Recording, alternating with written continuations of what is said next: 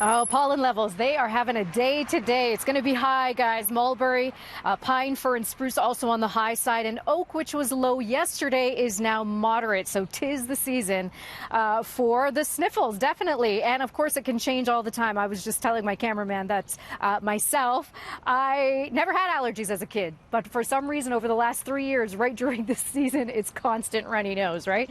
And here's the thing, how to dress today. You're going to have to dress in a couple of layers because it's not chilly out here, but because of the cloud and there's a bit of dampness to the air, it feels a little bit cool out there this morning. Actual air temperature is 13 degrees, though. We're sitting at 12 right now in Barrie. Good morning down to Windsor.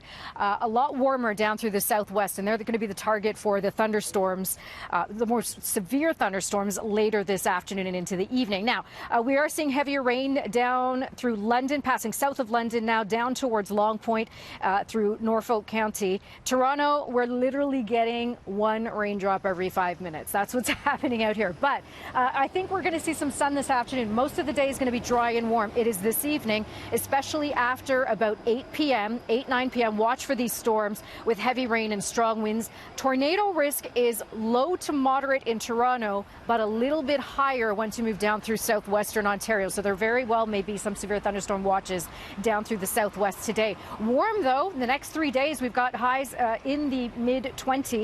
Humidity today will make it feel like 30. Humidity on Wednesday will be a little bit lower. And then by Thursday, we'll have that lake breeze kick in.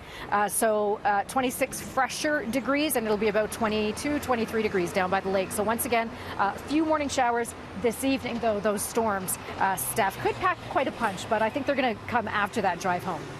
Oh, thank goodness for that. And you know what, Tasha, you were just talking about allergies. I did the same thing. I used to make fun of my mom and my brother. They had the worst allergies. I would be like, haha, I don't have any. And then a couple of years ago, I started having some serious allergies. So it is true, you can develop allergies. Didn't know that. Right now, we're looking at a drive, and we do know a lot about this. So we have a problem here on the eastbound 401 approaching Dixon, a right lane blocked by a stalled vehicle. So as a result, we do have an MTO, some tow trucks on the scene, some movement happening here, and maybe this vehicle being towed away. So hopefully this does clear the area soon. But for now, we're looking at very heavy delays on the eastbound 401, anywhere from about the 427 through to Weston and the Express. Collectors is moving okay right now, but that is where you do want to stick to if you do have to head through this area. Taking a look over at the 400, we had issues on the northbound 400 ramp to Finch. Vehicle fire cleanup, that is gone and out of there. So now things are moving pretty much at the typical rate that they should through this area. You will find that the Toronto-bound QEW is also moving quite well out of Hamilton this morning in towards Burlington, Oakville, and Mississauga. Safety Masks wants to help protect you, your family, or your staff by offering masks, gloves, sanitizer, and more. Convenient packages and free shipping available. Visit safetymasks.ca. That's a look at your drive. I'll set things upstairs to Mel with a look at your news.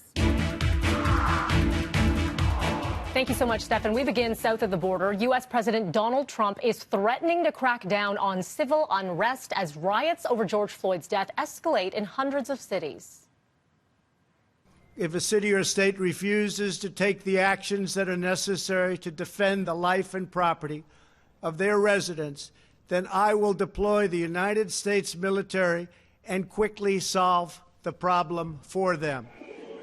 Moments after his address at the Rose Garden, police using tear gas to disperse peaceful protesters and clear a path for the president to visit St. John's Church.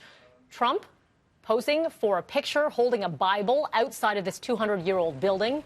Every sitting president has attended St. John's at least once since it was built, but the church's bishop is blasting Trump for this photo op.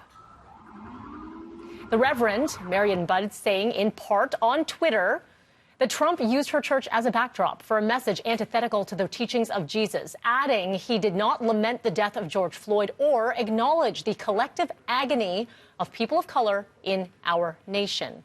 Now, amid the protests, several shootings breaking out, injuring police in Nevada and Missouri. First in Las Vegas, one officer shot and critically injured in one shooting near the Strip. Officers responding to another shooting nearby.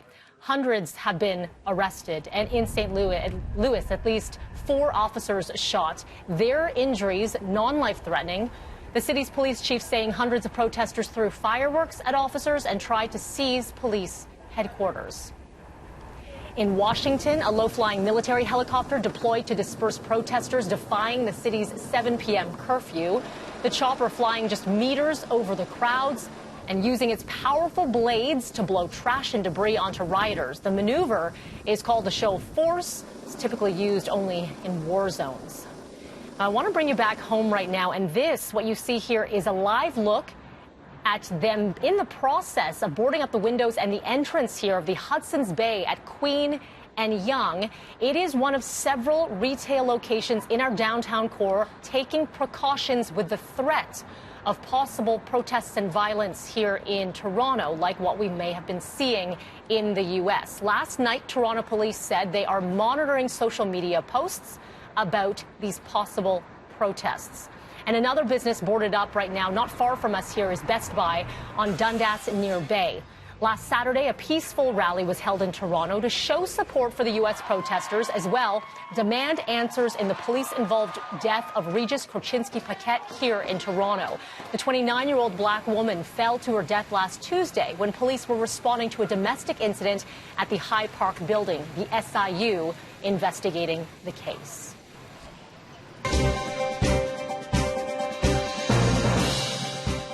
Happening today in the legislature, the PC government is expected to extend Ontario's state of emergency for another 4 weeks today to deal with this pandemic. The current emergency, it's been in effect since March 17th. It is set to expire today. The government, though, expected to extend to another 28 days until June the 30th. Premier Ford says they need to be able to make quick decisions immediately. The extension means Ontario will have effectively been locked down from St. Patrick's Day until Canada Day. Military investigators suspect a bird strike may have caused that snowbird's plane crash last month in Kamloops, BC. An early report says video evidence shows a bird very close to the plane's right engine during the critical takeoff phase. 2 team members ejected before it crashed, but Captain Jen Casey was killed, the pilot injured. The ongoing investigation now focusing on environmental factors and the escape system of the Tudor jets, which are 57 years old. The snowbirds remain grounded, and the cross-country tour they were on to boost morale amid COVID is now suspended.